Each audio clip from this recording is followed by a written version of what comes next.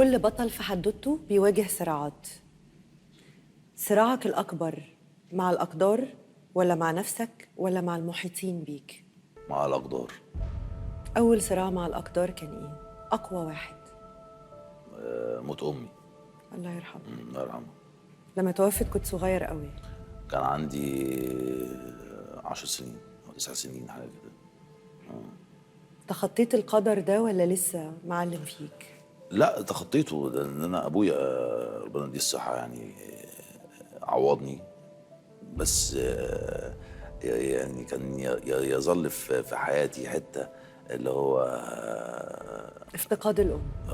لأن أمي دي حاجة مهمة جدا.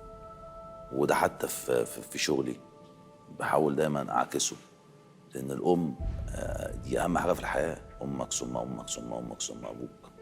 قلت على الفنانة سهير المرشدي لما اشتغلت معاك إنك حسيت تجاهها بمشاعر أمومة ما حسيتهاش قبل كده.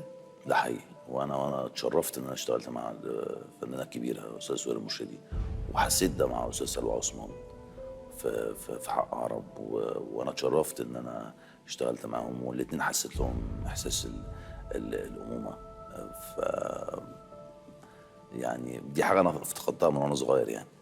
بس دي أقدار مش بإيدي يعني. طبعا.